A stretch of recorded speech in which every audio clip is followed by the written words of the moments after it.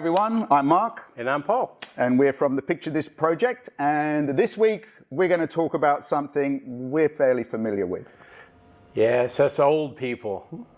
But the young Gen Zs are coming through, and they're the ones bringing it back. Bringing it back. So we're going to talk today, we want to talk about film. Photographic film. We're not going to go into things like Jaws or, Shawshank Redemption. We're talking about film, camera film. So we wanted to sort of talk about that and sort of start from a historical play. Well, it's too big, we decided to go too far back. Yep. And then sort of come up to why Gen Z is embracing this and why there's a resurgence of interest in film. Yes. So where are we going to start? About 1930. Why? Because that was kind of the invent. In 1934, Kodak came out with the first perforated film, 35 millimeter film. And around that time, the perforated film went through the cameras much easier, and it kind of kicked off an explosion of photography for people that didn't necessarily have the money or time to learn how to use one of the great big cameras. And that was in conjunction with a very famous camera. The Leica A1. The Leica. So that's kind of a very game-changing camera. This was it completely sort of, well, it was one of the revolutionary steps in photography. So at this point with the film, the 35 millimeter, which most of us are familiar with, and the Leica camera where you could use this camera with that film, that was a game changer. Yeah, so it hasn't really changed, that film. You go to the shop and you ask for film, that's what you usually get, is that 35 millimeter perforated film. So and a slight backstory, the film was originally invented for the movie industry, for the filming industry. So it had ways that it could be pulled through the machinery. Yeah, they had motors to pull it through. And so Leica figured out that if they can do it, why not design a camera where you would have the thumb to sort of pull it out of the cartridge. Wind, well, they had a wind on. Yeah, they had a winder on the top. But and the big thing about it is you went from a camera being this big to a camera that was this big that would fit kind of in your pocket. Let's talk about a couple of people that were known for embracing that new sort of technology in the way film could be used. Yep. Let's take a couple. I'll pick one, you pick one. I'm going to have to go with, for me, I'm going to have to go with Robert Capa. Robert Capa? All right. I'll go with Henri Cartier-Bresson. Okay. So Capa, what I think was interesting about his work and him as a photographer was he was famous for being a war photographer. Yep. There's this particular image here, which was shot in the Spanish Civil War, that at the time, it's been controversial whether it was set up or real, but it got a lot of people talking because taking this small camera allowed him to get into places where previously taking these big boxes was just impractical. Suddenly you had this little camera, and he was famous for, what was his expression? If your pictures aren't good enough, you're not close enough. You're not close enough. And if you can see from that shot that we'll put up on the screen for you, he's right there. He's pretty close. That's not a telephoto lens. That's just probably a good old-fashioned 50 millimeter. He's there. And he was also famous for the Normandy shots. He was the lone photographer that landed at Normandy. Yeah. With the Allied forces there. And 11 shots made it back. I mean, that's a whole other story, that one. That's a whole other story. But he shot that, and he was in the water up to his chest was shooting that. And if he had a big camera, I don't know if you would have got anything out of that. No. So, this is one of the things that the 35 millimeter film, which we're using today, this is some of its backstory. And what about Henry? Henry was kind of a social documentary photographer, and he liked it because it was stealthy. It was something that he could pack around, and he didn't You know, there was no big tripod set up in bellows. And his whole thing was he wanted to capture a decisive moment when something happened. Yeah. And instead of him with the giant camera being the center of attention, it's this little camera that people don't really bother with, you know, and he can catch that moment, which was, I'm sure we'll show the decisive moment photo up here. There's a couple we'll share. Yeah, we'll show a couple. He's good. He's good to take a look at. Remember he said he's a hunter, not a cook. Yeah, he's a hunter, not a cook. Which means he wasn't into post-production. I'm with him on that. It's not my favorite thing. Hours doing Photoshop, you're never going to hear me talk about that much. So Mark's a kindred spirit to Henry. Yeah, it's the hunt for the image. It's the going and finding it, getting that image, which I think is, to me, that's magic. I know for someone else, Photoshop is magic too. I think you're wrong, but you know. That's for another debate. You can always, we haven't done this yet, but if you want to have comments, hey, jump in, ask us questions. We're always open for questions about. And so we're going to kind of jump a little bit further forward here. So, because we want to go, and another era with film that I think was quite a revolutionary time was in the 60s. 60s, And I'm going to start at 1938. Oh. I'm going to go back to go forward. All right. Because in 1938, Kodak, which is only, 4 years after they made 35 millimeter film, came out with Kodachrome, the color film that basically made the 60s what it was. The Kodachrome look of all those pictures, that was... I have a feeling that Snow White and the Seven Dwarfs came out then too, which was the first feature-length animation movie. That's right. It was color, so that's why I was thinking color. That was my only connection. I think that was a different process, but so okay, but so they had Kodachrome. But the printing technology couldn't necessarily match where we were in terms of film. And that began to change in the 60s, where we noticed the printing quality. So magazines like Vogue, probably Cosmopolitan. There was a few other ones. Vanity Fair. So, and all the other Time Magazine, Newsweek, they all started having a higher degree of quality printing. So that combined with color photography was such an explosive time in terms of magazines, readership, which we don't even barely have today. Magazines is another one that's going down, in terms of readership and the 50s and 60s were considered the golden age of National Geographic too. So that was another magazine that 35 millimeter film, they send them out to the ends of the world. They probably couldn't do that with a huge camera. Those 35 millimeter. And fashion became even more popular. So we're going to share you some images of a guy called Helmut Newton. And a British guy, David Bailey, who was the youngest photographer to shoot, I think it was Vogue. The Vogue cover. And he was sort of part of the London scene, but fashion was really exploding. The types of fashion. Annie Leibovitz, she came in there towards the end, very young. So this was an explosive time for photography and film as well. And so these are some images we're just going to share, put them in the background for you. I want to jump now again, because we kind of want to get to talking more about where we are today. So we're going to talk about, we're jumping now to what we're going to refer to as, well, I coined it the other day, the Great Transition. The Great Transition, So Paul and I are part of that generation of photographers, and we were working photographers where that was what we worked with. We worked with film. We did.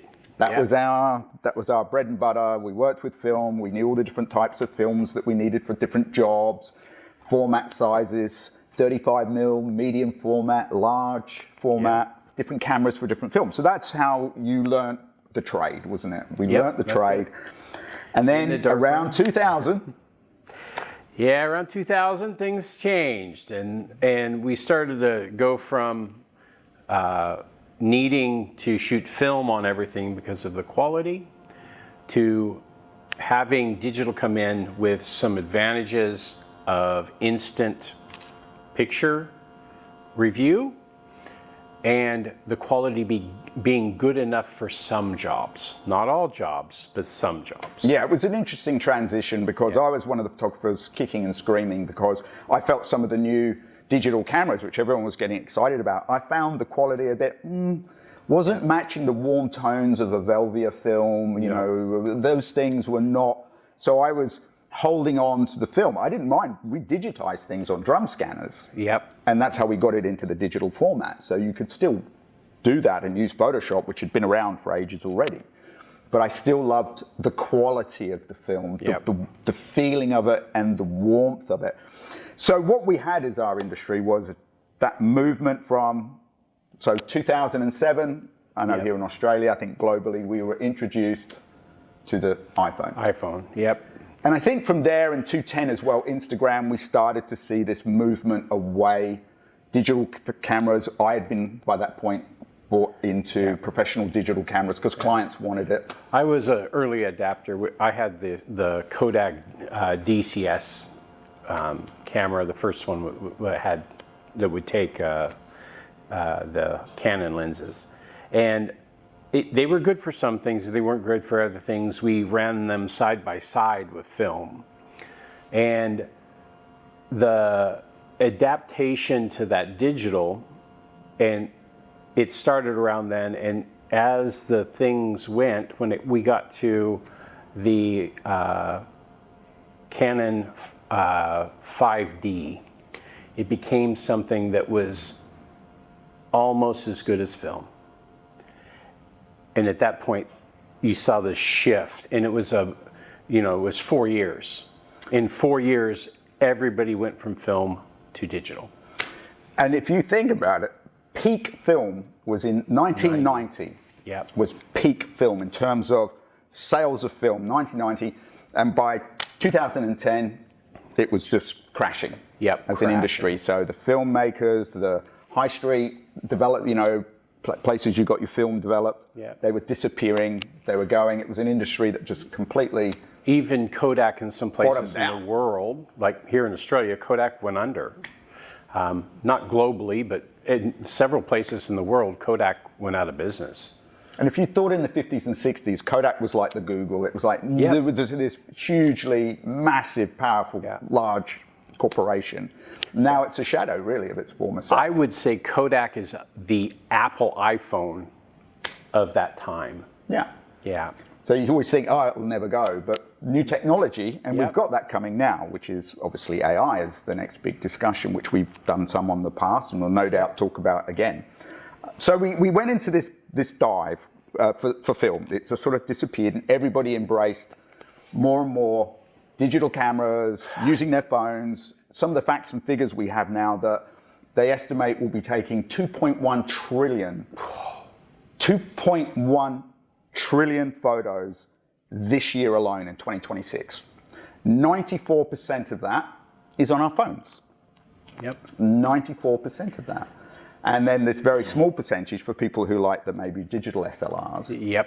I don't think film cameras would even come into the equation quite it would yet. be a very small percentage these days. Point something, so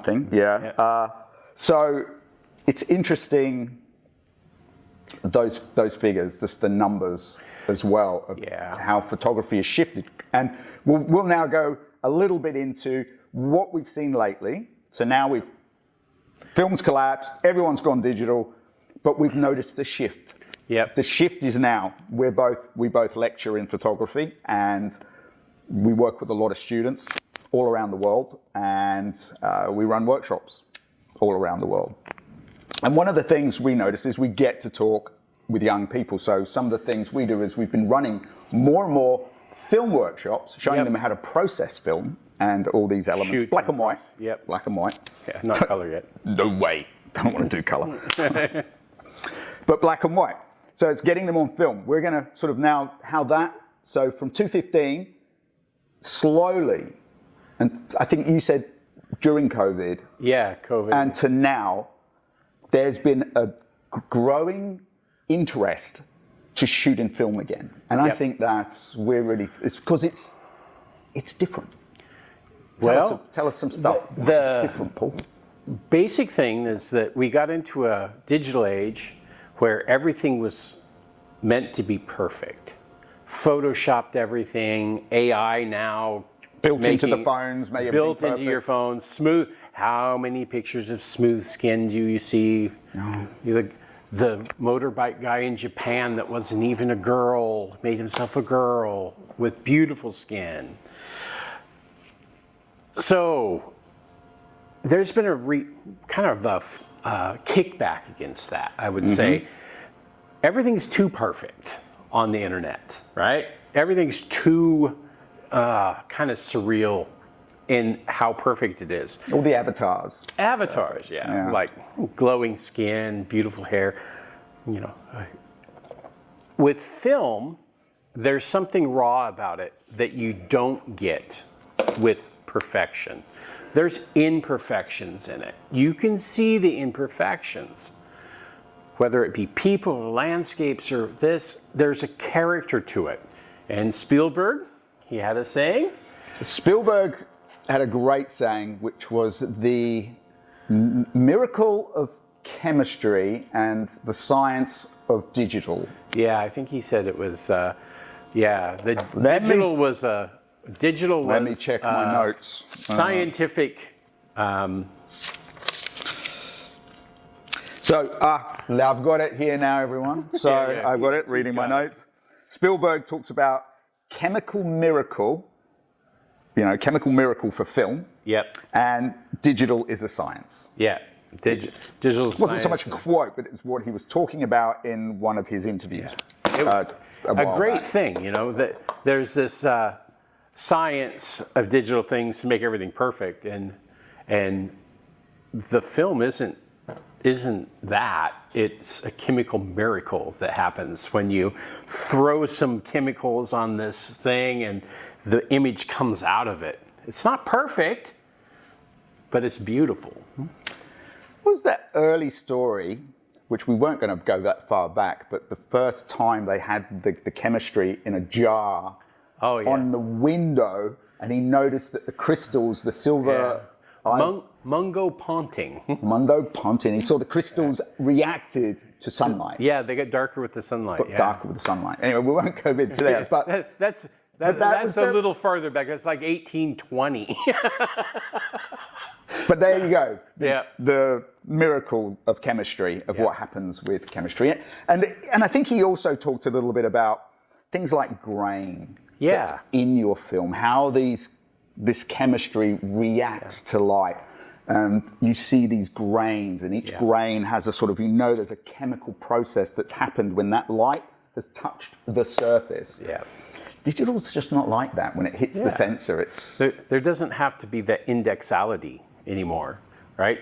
You can make stuff in Photoshop that's never really there. We can add light, we can add dark, we can, AI some stuff in, you can put a monkey on my head.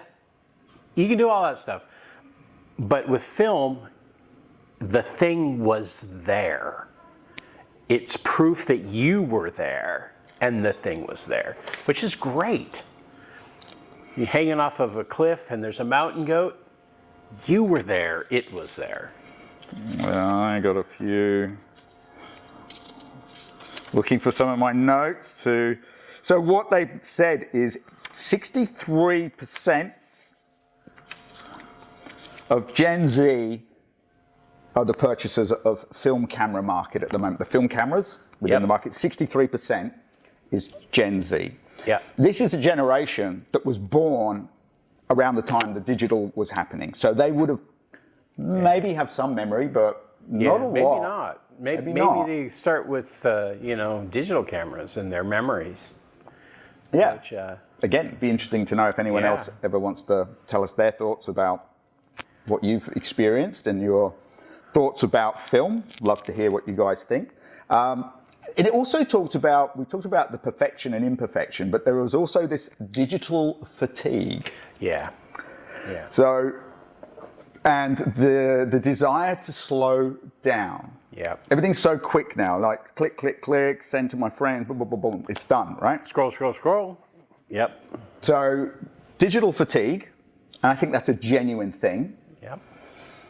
The desire to want to slow down, and with film, you do. You can't not slow down with film. We still see this. We've got a bunch of film cameras. We give our Gen Z students a camera, and we make a bet with each other how many times when they take a picture through the camera, they stop to look at the back and then go, oh, nothing there, you know? Yeah. There's no picture on the back. Yeah, I figure I'd be a millionaire if I had $1 every time somebody did that. And you know, that's what slows it down, makes you think. There's a sort of a consciousness to look at your photo, look at the light, look at the elements of photography where we talk about light, shadow, leading lines, all those elements. So you're not going to see that on the back of the camera. You have to visualize it in your head. In your head. And I think a lot of people are being very drawn to that experience because it's a fuller experience, I think. Yep. To I agree with that. The digital. It's also a delayed satisfaction thing, right? So you shoot it, and then you have to anticipate what it's going to look like until it's developed. And sometimes it takes 4 weeks to develop color film now.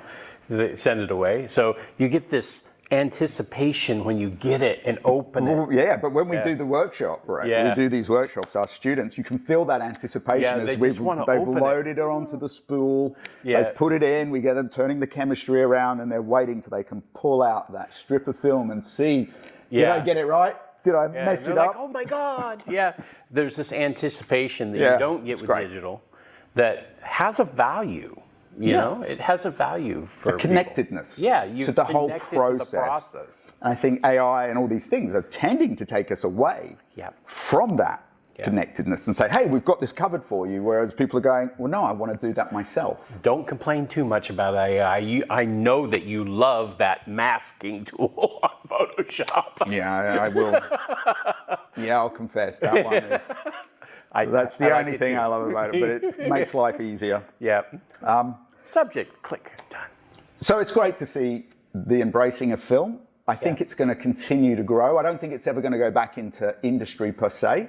I think it will mainly be for enthusiasts, art people who are interested in sort of imagery art type stuff, and young sort of generation people wanting to explore. I think they're its key markets. I think it might come back into industry as an add-on to things like weddings. I agree. They shoot digital for most of the wedding, and then they'll shoot the bride and groom with on a roll film or something. And have it as an extra you can get. And if you're, wanting that aesthetic of film, maybe portraits, family portraits would request it. They might request, can you shoot it on film? Because I think there's that authenticity. There's an interest in that. And that this was shot on film. So you're right. I think that it'll have that place as it'll be an additional. A niche market in our field. But generally in the bigger game of corporations, they want those big ass sensors that they can, medium format sensors for the highest qualities and things. So But look, I've got to say, we're pretty happy about people sort of exploring film and having that opportunity. We would recommend black and white. It's actually quite easy to do your own processing. It doesn't take too much to kind of setting up a darkroom. That's a little harder. It's a little harder, but the film itself, it just takes a can, a reel, a dark bag, and you can get three chemistries. 3 chemistries, and most of the stuff you can get at Kohl's, Woolworths. You can develop with coffee. We use instant coffee. It's a great developer. We should maybe one day we'll do one of these where we take you through the steps maybe and do a step-by-step so you can buy your black and white film and learn how to do this because you'll have a lot of fun with it. We enjoy the sort of responses we get from our students, how much they and general public that come in and want to do this. You don't have to be a photographer to enjoy photography. That was always my thing.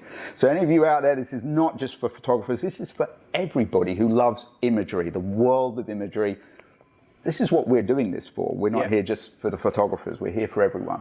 If you love it, you enjoy looking at imagery, you love narratives and storytelling, Maybe you want to try it out sometime. Composition. Give it a red hot go. That's what I would say. I would say that too. That's a good thing. Give it a go. It's an incredibly fulfilling thing when you make something creative and can find imagery that appeals to you. Yep. I think that's where we'll leave it. Yep. Okay, well, thanks for hanging out and listening to us.